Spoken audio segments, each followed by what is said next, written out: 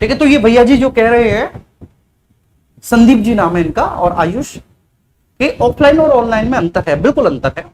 ठीक है, अंतर क्या क्या हुआ मैं आपको ऑफलाइन वर्सेस ऑनलाइन समझाता हूं, ठीक है आज, और पूरी ईमानदारी से।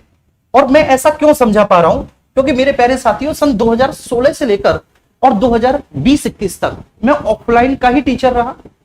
ठीक है, लगभग आप सोच के चलिए कि 2016 से और 2021 तो कितना समय हो जाता है, और 2021 के बाद फिर जो है ना मैं ऑनलाइन। अब ऐसा नहीं है कि एक टीचर टीचर है, ठीक है, उसे प्लेटफॉर्म चाहे ऑनलाइन मिले या ऑफलाइन मिले, ठीक है, उसका काम पढ़ाना होता है, मेहनत करना होता है। लेकिन इन वर्षों के दौरान, ठीक है, मैंने दोनों में जो परिवर्तन देखा है वो क्या है, ठीक है, ऑफलाइन वर्सेस ऑनलाइन। पूरी ईमानदारी से मैं कोशिश करूंगा कि इनके बीच में अंतर स्पष्ट करूं, ठीक है, बिना किसी भेदभाव के, क्योंकि मैं एक अध्यापक हूं और मैंने दोनों ही माध्यमों में पढ़ाया है, और दोनों ही माध्यमों में बेशक ऑनलाइन में मुझे अभी तक कम अनुभव है, लेकिन ऑफलाइन में थोड़ा बहुत मुझे इससे ज्यादा अनुभव है। ठीक है, तो मैं बिल्कुल आपको स्पष्ट तरीके से बताता हूं। ठीक है, देखिए ऑफलाइन में जो सबसे बड़ा एडवांटेज है वो ये है ऑफलाइन में कि जो स्टूडेंट है, ठीक है, स्टूडेंट्स के पास एक कंटिन्यूटी बनी रहती है। ठीक है सर, तो ऑनलाइन में जो सबसे पहला है कंटिन्यूटी, उसे रोजाना क्लास आना है, ठीक है, रोजाना क्लास आकर उसे अपने सब्जेक्ट्स को कवर करना है, अपने टॉपिक्स को अच्छे से कवर करना है। और सबसे बड़ी बात क्या होती है, डाउट सॉल्विंग। ठीक है, वो टीचर के सामने खड़े होकर क्लास में टीचर से डाउट पूछ सकता है, और टीचर भी प्रतिबद्ध है उसके डाउट का जवाब देने के लिए। ठीक है, सबसे पहली बात।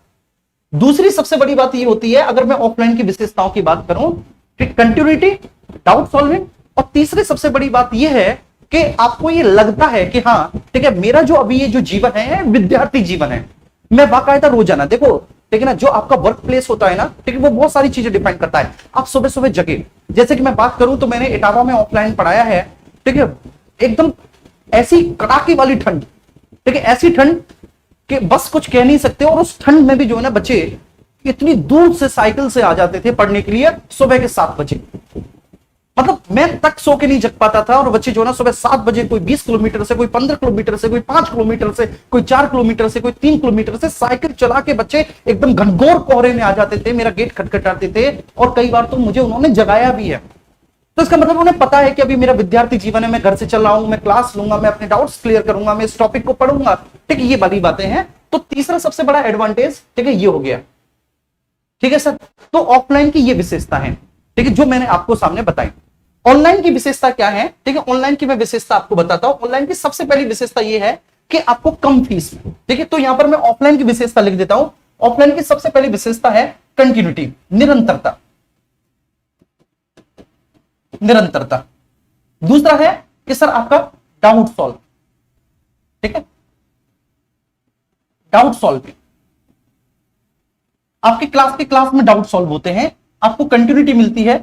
तीसरा, आपको ये लगता है कि आप विद्यार्थी जीवन में हैं, आप विद्यार्थी जीवन में हैं क्योंकि आप क्लास में हैं ना, ठीक है, तो आप क्लास में हैं, तो आप क्लास में हैं, ठीक है। अब ऐसा नहीं है कि क्लास में हैं तो आप इसे देख रहे हैं, आप ऊपर पंखे को देख रहे हैं, ठीक है, आप फोन पे बतिया रहे हैं, आप फोन पे चैट कर रहे हैं, ठीक है, ऐसा कुछ नहीं है। आपको केवल, ठीक है, पढ़ना है, आप पढ़ ही रहे हैं वहां पर, ठीक है, ये बात समझ पा रही है, ठीक है। और चौथी सबसे बड़ी विशेषता जो ऑफलाइन के मैं मानता हूं वो है भैया जी, ठीक है, अंडरस्टैंडेबिलिटी, मतलब आपकी जो है ना समझ विकसित होती है सब्जेक्ट के प्रति, आपकी समझ विकसित होती है, ठीक है ना, एक विषय के प्रति। ये मुझे सबसे बड़ी बात लगी, क्योंकि आज जितने भी अध्यापक पढ़ा रहे हैं ना, ठीक है, इंक्लूडिंग मी, वो सब ऑफलाइन पढ़े हुए हैं, ठीक है, और मैं बिना किसी भेदभाव के आपको बता रहा हूं, ठीक है, चूंकि मैं ऑफलाइन पढ़ा हूं इसलिए मेरे कॉन्सेप्ट इतने क्लियर है और मैं ऑनलाइन पढ़ा पा रहा हूं, ठीक है। और मैं अपने गुरुजनों का इसमें बहुत बड़ा योगदान मानता हूं कि आज मैं विद्यार्थियों तक कॉन्सेप्ट को पहुंचा पा रहा हूं। ये विशेषताएं हैं। ऑनलाइन की विशेषता क्या है भैया जी, ठीक है, फीस कम है। कितनी कम है सर, बहुत ही ज्यादा कम है, ठीक है। ऑनलाइन और ऑफलाइन की फीस में जमीन आसमान का अंतर है, इसलिए ऑनलाइन आजकल बहुत ज्यादा लोकप्रिय हो गया है, ठीक है। कैसे, अगर मैं आपको बात करूं कि जहां पर ऑफलाइन बैचेस की, ठीक है, जो कोचिंग बेसिकली ऑफलाइन पढ़ाती हैं आज भी गांव और कस्बों में, तो वो मंथली फीस लेती हैं, है ना भैया जी, आपके डाउट सॉल्व,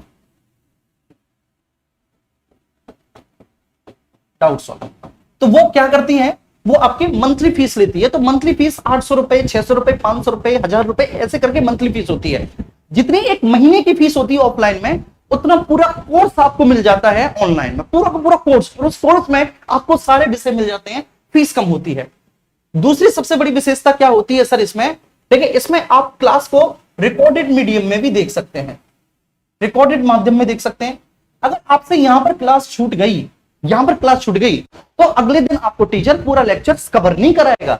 लेकिन अगर भैया जी यहां पर आपको क्लास छूट गई, तो आप उसे रिकॉर्डेड मीडियम में देख सकते हैं बहुत अच्छे से, ठीक है। उसको आप बाद में भी देख सकते हैं।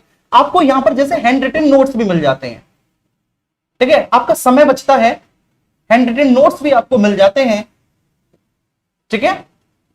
और जैसे हम अपनी बात बताएं तो हम आरओ यारो का बैच, ठीक है, उससे पहले ऑफिसर बैच या बनवासी बैच हमारा बंद होगा, तो हमने हैंड रिटन नोट्स दिए, ठीक है। और भी बहुत सारे संस्थान हैंड रिटन नोट्स देते हैं, और हैंड रिटन नोट्स, ठीक है, देने की दिशा में बहुत बड़े प्रयास किए गए हैं।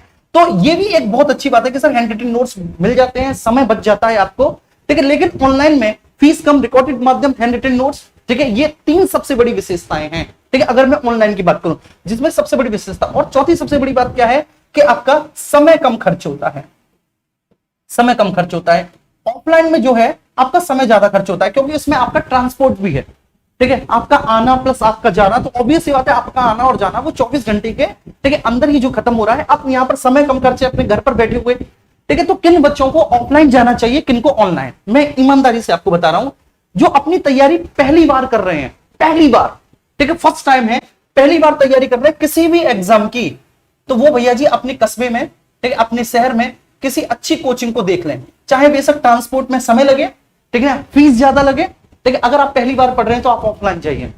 अगर आप ऑफलाइन पढ़ चुके हैं, ठीक है, एक दो बार अपने सिलेबस को कंप्लीट कर चुके हैं, पूरा मैथ, पूरी रीजनिंग, पूरा जीएस वगैरह कर चुके हैं कंप्लीट, ठीक है, तब आप जो है भैया जी, ठीक है, दूसरी बार, अगर आप तीसरी बार पढ़ रहे हैं, तब आप जो है ना ऑनलाइन पढ़िए दूसरी बार, या फिर आप रिवीजन करना चाह रहे हैं, रिवीजन, ठीक है। देखिए ऑफलाइन, बेसिकली ऑफलाइन में क्या होता है, ठीक है, हमने भी ऑफलाइन में पढ़ाया है, लेकिन मेरा तो सीधा सा उद्देश्य होता था, अगर मेरी 1 घंटे की क्लास है, आप पूछ सकते हैं अगर कोई भी भैया हो, ठीक है, जो मुझसे ऑफलाइन पढ़े हो केवल, ठीक है। ऐसा ही नहीं, मैंने बहुत सारे शहरों में पढ़ाया, एक लंबा समय इटावा में, लेकिन मैंने कानपुर में भी अपनी ऑफलाइन क्लासेस दी, मैंने ग्वालियर में भी दी, मैंने भिंड में भी अपनी ऑफलाइन क्लासेस दी, मैंने आगरा में भी अपनी ऑफलाइन क्लासेस दी, मैंने दिल्ली में भी दी, ठीक है। तो इतने सारे शहरों में मैंने पढ़ाया है। तो मेरा तो एक सीधा सा उद्देश्य यही होता था कि अगर 1 घंटे की क्लास है, तो मैं पूरा 1 घंटा जो है ना बच्चों को अपना पूरा दूं, क्योंकि वो 1 घंटे का मुझे पे कर रहे हैं, संस्थान मुझे 1 घंटे का पे कर रही है। एक ऑफलाइन में दिक्कतें आती है कि जैसे सबसे बड़ी बात ये होती है कि 1 घंटे की क्लास है, तो टीचर जो है ना उनमें, ठीक है, 30, 35, 40 मिनट ही पढ़ाते हैं, और बाकी का 10 मिनट, 10-20 मिनट तो हालचाल लेने में, तो ये, ठीक है, टाइम, ठीक है। लेकिन ऑनलाइन में ऐसा नहीं होता। ऑनलाइन में मैंने ज्यादातर अध्यापकों को देखा है कि वो अपना पूरा का पूरा जो है ना, जितना भी समय होता है वो अपने, ठीक है, पूरा पढ़ाते हैं। तो ये मुझे कुछ अंतर दिखाई दिए ऑफलाइन प्लस ऑनलाइन के, ठीक है।